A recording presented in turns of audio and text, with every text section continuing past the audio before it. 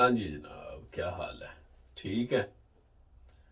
شمس تبریز نے جو 40 چراغ جلائے ہیں، ان کی روشنی میں ہم دیکھتے ہیں کہ کیا کچھ ہمارے سامنے آتا ہے۔ ایک چراغ اٹھا کے ہم جب دیکھتے ہیں تو اس میں ہمیں نظر آیا کہ شمس تبریز نے لکھا ہے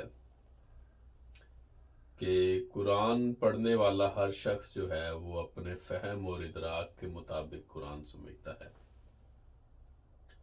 قرآن کے فہم کے 4 درجات ہیں۔ ایک اس کے ظاہری معنی ہے، وہ پہلا درجہ ہے، اور زیادہ تر جو ہے وہ اسی پر قناعت کر لیتی ہے۔ دوسرا درجہ جو ہے وہ باطنی معنوں کا ہے۔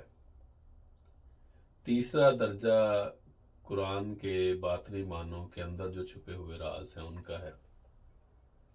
اور شمس کہتے ہیں کہ چوتھا درجہ اتنا گہرا اور اس قدر عمیق معنوں کا حامل ہے کہ زبان جو ہے وہ ان کے بیان پر قادر نہیں ہے، چنانچہ یہ ناقابل بیان ہے۔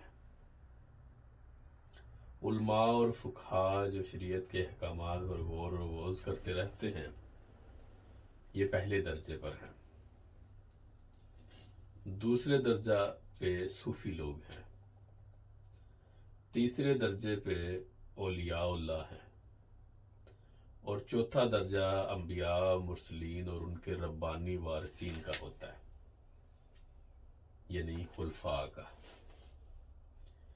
اور قرآن کے جو چوتھے درجے کے معنی ہیں وہ سب سے زیادہ ان پہ اترتے ہیں، انبیاء اور ان کے وارثین اور جو ہے ربانی وارثین، اور یعنی خلفاء پہ۔ تو تبریز کہتے ہیں پس تم کسی انسان کے اللہ تعالیٰ کے ساتھ تعلق اور اس تعلق کی نوعیت کو اپنے قیاس سے جاننے کی فکر نہ کیا کرو۔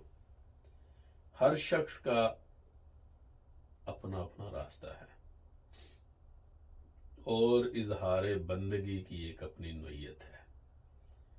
اس میں وہ حضرت موسیٰ والا واقعہ بھی یاد آ جاتا ہے ہمیں، حضرت موسیٰ اور چرواہے کا، وہ پھر کبھی صحیح۔ تو تبریز کہتے ہیں کہ خدا ہمارے الفاظ اور اعمال کو نہیں بلکہ ہمارے دلوں کو دیکھتا ہے۔ مذہبی رسم رواج ذات خود مقصود نہیں ہے اللہ تعالیٰ کو۔ اللہ تعالیٰ کو جو مقصود ہے، اصل چیز، وہ دل کی پاکیزگی ہے۔ تو یہ ان کا ایک اصول تھا، ان کا ایک محبت کا چراغ تھا، اس کی روشنی میں جو ہمیں نظر آیا وہ آپ کے سامنے پیش کر دیا۔ قرآن کے متعلق چند شعر، بڑے پیارے شعر ہیں۔